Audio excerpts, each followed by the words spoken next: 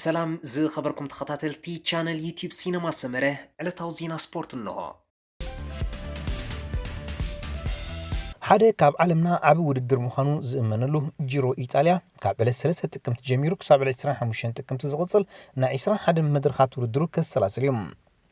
ازي وددر زي ابناي اساس سلسة سامتات ودراتو كلتا معلتات عرفتي كوسد يوم ابزي نايلو معمت وددر دما ኤርትራዊ አባል ክለብ ኤንተተ ፕሮ ሳይክሊን አማኑኤል ገብረ እግዚአብሔር ፓንታኒ ምስ ክለቡ ኮይኑ ክሳተፍ ምዃኑ እታ ክለብ ኣወግዓዊ መርበብ ሓበሬታ ዘርጊሓቶላ በዚ ድማ ፓንታኒ ብዝብል ሳጓ ዝለለ ወዲ 25 ዓመት አማኑኤል ገብረ እግዚአብሔር ንረብዓይ ግዚኡ ኣብ ግራንድ ቱር ክሳተፍ እዩ ከም ዝፍለጥ አማኑኤል ገብረ እግዚአብሔር ኣብ ውድድራት ግራንድ ቱር ኣብ ውህሉል ግዜ እቲ ዝበለፀ ደረጃ ዘሎ ኤርትራዊ ተቐዳዳማ እዩ تاشعي مدرخ تخيل كل 209 كيلومتر اتشفن نايلو معمد جيرو إيطالي تازنو وحت مدرخ نايلو معمد كوينة تازا حد سردما 15 كيلومتر اتوسد نايولكي كرونومتر يام جيرو إيطالي لو معمد مبل 230 جزيو زكايد كوينو عور حتى كم تدما ازور درزي نفل ما جزيو كايد يوم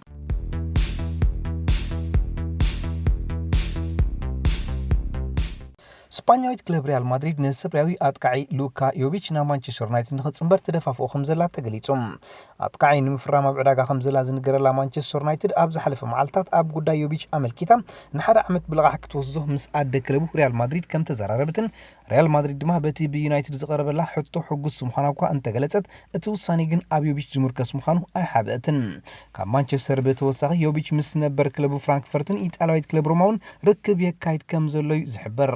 ሓደ ዓመት ብልቓሕ ንምኻድ 8 ሚልዮን ተተሚኑ ዘሎ ዮቪች ኣብ ዘን ቀጸልቲ መዓልታት መዕለቢዩ ኣበይ ከም ዝኸውን ከፍልጥ ትጽቢት ይግበር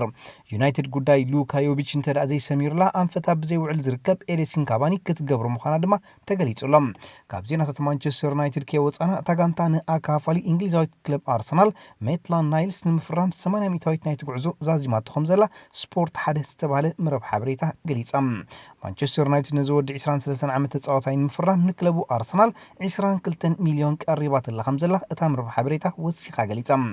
ይኹን እምበር ኣርሰናል ካብዚ ጉዳይ ኣመልኪታ ዝኾነ ምላሽ ኣይሃበቱሉን ዘላ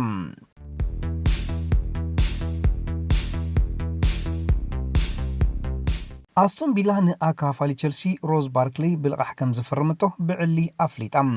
ዝሓለፈ ዓመት ናብ ታሕተዋይ ዲቪዥን ካብ ምምላስ ንስክላ ዘምለጠት ኣስቶን ቪላ ንእንግሊዛዊ ኣካፋሊ ክለብ ቸልሲ ሮዝ ባርክሊ ንዝቕፅል ዓመተ ስፖርት ምስኣ ክትፃወት ከም ተስማምዐት ኣፍሊጣ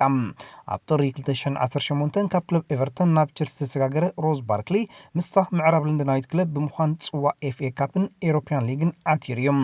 ይኹን እምበር ኣብ ኤቨርተን ዝነበሮ ብቕዓት ኣብ ቸልሲ ክደግሞ ተፀገመ ባርክሊ ኣብ زن زحلفا كلتا عمتات أب 28 قطمات بريمير ليج ترايو نهم تصوات عدل رغيب نيرم أب فلاموت كلتا قطمات بريمير ليج عود مزقاب أب كدميت سليلات تسارع زلا أستون فيلا زحلفا عمت زحزتو الدرجة جيجا مخون نمسكار تبقي سخم زلاي زنقرلام سلطاني أستون فيلا داني سميز نمصا باركلي عملكيتو أب زهاب حساب دما تخكرنيا مصا متينا رخيبنا خبل قليت وم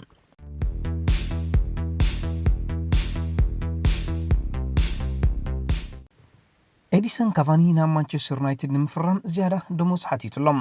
ምስ ኣሰልጣኒ ፒኤስጂ ቶማስ ቱኸል በቲ ሓደ ካልእ ወገን ድማ ኣብታ ፓሪሳዊ ዝነበሮ ክለብ ውዕሉ ዛዚሙ ብዘይጋንታ ዝርከብ ኦረጋዊ ኤዲንሰን ካቫኒ ካብዚ ንኽዛዘም ናይ መዓልታት ጉዳይ ተሪፎ ዘሎ መስኮት ምስጋር ተፃወቲ ስሙ ምስ ብርክት ዝበላ ክለባት ኤሮፓ ክትሓሓዝ ይወሪሖም ይኹን እምበር እዚ ኦረጋዊ ዶርማስ ኣጥቃዒ ዛጌት ምዕለብ ትኾነ ክለብ ኣይረኸበን ዘሎም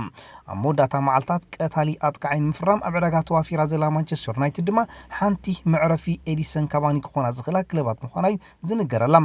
ይኹን እምበር ካቫኒ ናብ ማንቸስተር ዩናይትድ ክፅምበር እንተደኣ ኮይኑ ናይ 2 ዓመታት ውዕልን ሰሙናዊ 120,000 መሃያን ክቐርበሉ ከም ዝደሊ ነታ ጋንታ ከም ዝሓበራ ተገሊጹ ኣብዚ መስኮት ምስጋር ተፃወቲ ንቫን ዴቢክ ጥራይ ኣፈሪሙ ዝርከብ ሶልሻየር ድማ ኣብ መወዳእታ ሰዓታት መዕፃወቲ መስኮት ኣሰንባዲ ዝበሃል ፌርማ ከካይድ ከም ዝኽእል እዩ ዝሕበር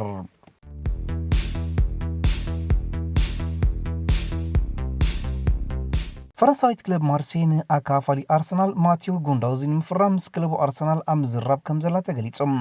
ብሰንኪ ጉድለ ስነ ምግባር ካብ መሳር ኣርሰናል ተኣልዩ ዘሎ ፈረንሳዊ ኣካፋሊ ኣርሰናል ማቲዮ ጎንዶዚ ክሳብ 5 ጥቅምቲ ኣብ ዘሎ ግዜ ካብ ተጋንታ ክፋኑ ከም ዝኽእል ዝሕበር ኣብ ዝሓለፈ ዓመተ ስፖርት ኣንጻር ብራይተን ድሕሪ ምጽዋቱ ዛጊት ኣብ ሜዳ ክረአ ዘይከኣለ ዘሎ ጎንዶዚ ካብ ጓል ዓዱ ማርሴ ጻውዒት ይቐርበሉ ምህላው ኣብ ዘን ቀጸልቲ መዓልታት ናብ ተጋንታ ክጽምበር ከም ዝኽእል ተሓቢሩሎም ኣብ ግዜ ኣሰልጣ ኣሰልጣንነት ኡናይ ኤምሬ ካብ ክለብ ሎሬንቴ ብነጻ ዝፈረመ ጓንዶዚ ምውጻእ ስጳኛዊ ኣሰልጣኒ ካብ ጋነርስ ኣይቃደሞን ዘሎም ምስ ሓድሽ ኣሰልጣኒ ኣርሰናል ኣርቴታ ብዘይ ምቅራው ድማ ኣብዚ ዓመት ስፖርት ኣብ መሳርዕ ተጋንታ ክርአ ኣይከኣለን ዘሎም ፈረንሳዊት ክለብ ማርሴይ ድማ ነዚ ኣብ ኣርሰናል ሕጉስ ከም ዘየለ ዝንገረሉ ዘሎ ጓንዶዚ ብልቃሕ ንምውሳዱ ምስ ክለቡ ኣርሰናል ኣብ ምዝራብ ከም ዘላ ፉት መርካቶ ዝተባለት መረብ ሓበሬታ ገሊጻ ካብ ማርሴይ ብተወሳኺ ኣብ ምዕላም ቢያሪያል ዝርከብ ኡናይ ኤምሬ ምስ ጓንዶዚ ደጊሙ ንምስራሕ ድሌት ከም ዘለው ዝሕበር ካብ ዜናታት ኣርሰናል ከወፀና ብወዝናዊ ናይ ፀጋም ተኸላኻላይ ተጋንታ ሻዕር ኮላሲናች ናብ ጀርመናዊት ክለብ ባየር ሊቨርኩሰን ንኽፅምበር ኣብ ዱር ክኺድ ከም ዘለውን ተገሊጾም ምስ ምምጻእ ኪሪያን ተርኒ ቦትኡ ዝተመንጠለ ኮላሲናች ኣብ ዘንቀጸልቲ መዓልታት ኣብ ጀርመን ክርአ ትፅቢት ይግበረሉ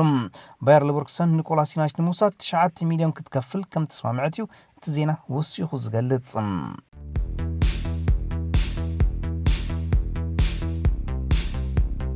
እንግሊዛዊት ክለብ ቶተንሃም ንኣጥቃዒ ናፖሊ ኣርካዲዮስ ሚሊሽ ንምፍራም ኣብ ዝርርብ ከም ዘላ ተገሊጾም ኣብ ዝሓለፉ መዓልትታት ኣጥቃዒ ንምፍራም ናብ ዕዳጋ ክወርዱ ምዃኖም ክሕብር ፀንሐ ኣሰልጣኒ ቶተንሃም ጆዜ ሞሪኖ ንፖላንዳዊ ኣጥቃዒ ናፖሊ ኣርካዲዮስ ሚሊሽ ናብ ጋንቶኦም ንምፅምባር ምስ ክለቡ ናፖሊ ይዘራርብ ከም ዘሎ ተገሊጾም ናይ ቅድም ተፃዋታይ ኣያክስ ሚሊሽ ምስ ናፖሊ ኣብ ፀንሐለን 4 ዓመታት ማልያ ጋንታ ወዲዩ ኣብ ዘካይዶም 122 ግጥማት 48 ሽታት ከመዝግብ ዝኻለ ቆማት ኣጥቃዒ እዮም ሚሊሽ ኣቐዲሙ ኣብ ዓይኒ ማንቸስተር ዩናይትድ ኣትዩ ብምንባሩ ዝፍለጥ እዩ ቶተንሃም ንሚሊሽ ንምፍራም 25 ሚልዮን ሰሊዓ ምስ ክለብ ናፖሊ ኣብ ምድርዳር ከም ዘላዩ ዝሕበር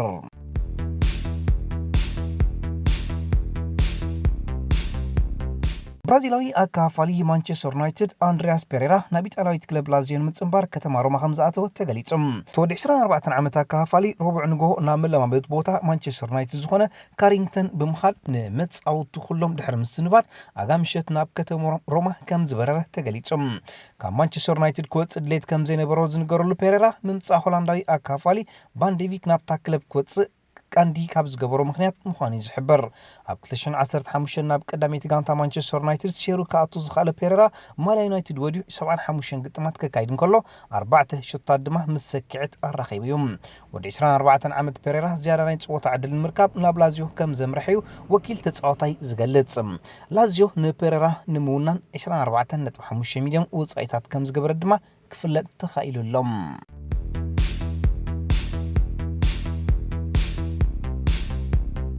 ኣርሞሽሽ ፈረንሳዊት ክለብ ፒኤስጂ ስጳኛዊ ኣጥቃዒ ኣትሌቲኮ ማድሪድ ዲያጎ ኮስታ ንምፍራም ተበግሶታት ትወስድ ከም ዘላ ተገሊጾም ኤዲሰን ካባኒ ካብ ተጋንታ ተፋኒ ብምህላው ድማ ፒኤስጂ ንዲያጎ ኮስታ ከም መተካእቱ ጌራ ናብ ፓርክ ደ ፕሪንሰስ ንምፅምባር ናብ ወኪል ኮስታ ዝኾነ ጆርጅ መንደዝ ሕቶ ከም ዘቕረበት ተሓቢሮም ይኹን እምበር ኣብ ኣትሌቲኮ ማድሪድ ስሙር ናይ ፀወታ ግዚኡ ኣብ ምሕላፍ ዝርከብ ኮስታ ናብ ፒኤስጂ ክፅምበር ዝኽእለሉ እቲ እንኮ መንገዲ ክለቡ ኣትሌቲኮ ማድሪድ ናብ ዕዳጋ ምስ ዝተውርዶ ጥራይ ምዃኑ መንደዝ በታ ፈረንሳዊት ክለብ ንዝቐረበሉ ሕቶ ምላሽ ይብሎም ካብ ዜናታት ፒኤስጂ ከወፃና ተጋንታ ንፈረንሳዊ ኣካፋሊ ቸልሲ ባካዮኮ ብልቃሕ ንምውሳድ ምስ ክለቡ ቸልሲ ኣብ ምዝራብ ከም ዘላውን ተገሊጾም ኣቐዲማ ኤሲ ሚላን ነቲ ኣካፋሊ ብቀዋምነት ንምፍራም ሕቶ ኣቕሪባ እኳ እንተነበረት ብቸልሲ ዝቐረበላ መጠን ዋጋ ግን ክትሰማምዓሉ ብዘይምኽኣላ ንሓሳባ ከተውን ዝፎያ ተገዲዳ ስፖርቲንግ ዳይሬክተር ፒኤስጂ ሊዮናርዶ ንባካዮኮ ብልቃሕ ንምውሳድ ድማ ምስ ዳይሬክተር ክለብ ቸልሲ ማሪና ግራንሶፍስካ ኣብ ድርድር ከም ዘለው ተገሊጾም ካብ ልቃሕ ባካዮኮ 2.5 ሚልዮን ትፅቢት ዘለዋ ቸልሲ እንተተኻኢሉን ነቲ ፈረንሳዊ ብቀዋምነት ናይ ምፍናው መደብ ዘለዋ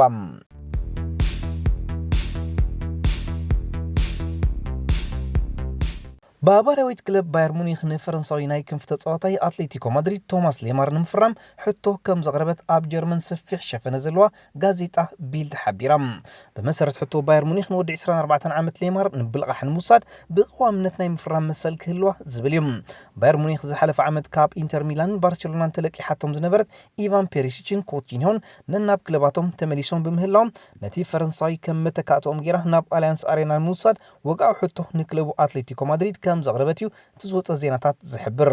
ንሌማር ናይ ምሻጥ መደብ ከም ዘለዋ ዝነገረላ ኣትሌቲኮ ማድሪድ ንወኪል ፈረንሳዊ ዝኾነ መንደዝ ዓሚሉ ሓዳሽ ክለቡ ክደልየሉ ትእዛዝ ከም ዘመሓላለፈትሉ ዝሕበር ኣቐዲሙ ስሙ ምስ ወልብስ ክትሓሓዝ ፀንሐል ቶማስ ሌማር ኣብ ውልቃዊ ጉዳያት ምስታ ክለብ ኣብ ስምምዕ ክበፅሕ ምኽኣሉ ግና እቲ መስርሕ ከም ዝሰዕነቐፈ እዩ ዝሕበር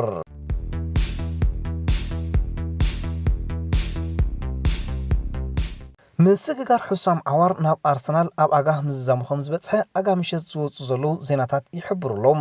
ኣብ ጉዳይ ምሸጥ ዋጋ ተፃዋታይ ከይተሰማምዐ ዝፀንሓ ክለባት ኣርሰናል ሊዮንን ኣብ መወዳእቱ ብክንደይ መጠነ ገንዘብ ከይተሰማምዐ ግን እቲ ዝወፀ ዜና ኣይነፀረን። ጋዜጠኛ ሳም ሃርት ኣብ ናይ ትዊተር ገጻቱ ኣብ ፀሓፎ ዜና ድማ እቲ ፈረንሳይ ኣካፋሊ ሕክምናዊ መርምራን ምክያድ ኣብ ከተማ ለንደን ከም ዝኣተወ ገሊጹሎም። ኣቐዲሙ ፕሬዚደንት ሊዮን ኣውላስ ኣርሰናል ክሳብ ዕለት ዓርቢ ከተፈርሞ ከም ዘለዋ ገደብ ግዜ ሂብዋ ምንባሩ ዝፍለጥ እዮም። ጋዜጠኛ ሳም ኣውፅእዎ ዘሎ ዜና ርጉፅ ምዝኸውን ድማ ኣርቴታ ምምፃእ እቲ ፈረንሳዊ ንቅዲ 4-3-3 ከዘውትሮ ልዑል ባይታ ክፈጥረሉ ምዃኑ እዩ ዝሕበር። ምውፃእ ዓዋር ከም ዘይተርፍ ዝረድአ ሊዮን ኣብ ዝሓለፉ መዓልትታት መተካእቲ ዓዋር ዝኾነ ኣካፋሊ ሉካስ ፓኩዌታ ካብ ኤሲ ሚላን ምፍራሙ ዝፍለጥ እዮም።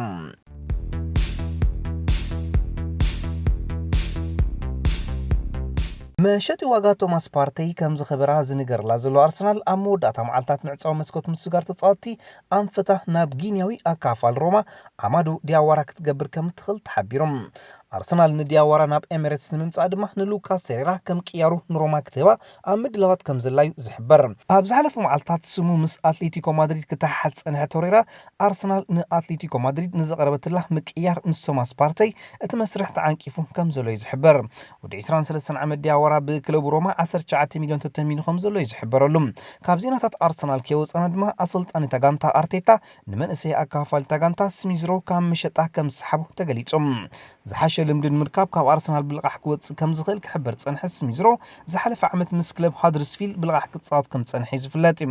ብደገፍቲ ኣርሰናል ናይ ቀፃሊ ደ ብሮይነ እናተባህለ ዝፅዋዕ ካብ ክለባት ክሪስታል ፓላስ፣ ፉልሃምን ሳውዝሃምፕተንን ናይ ልቃሕ ፀውዒት ይቐርበሉ ከም ዘሎ እዩ ዝሕበር።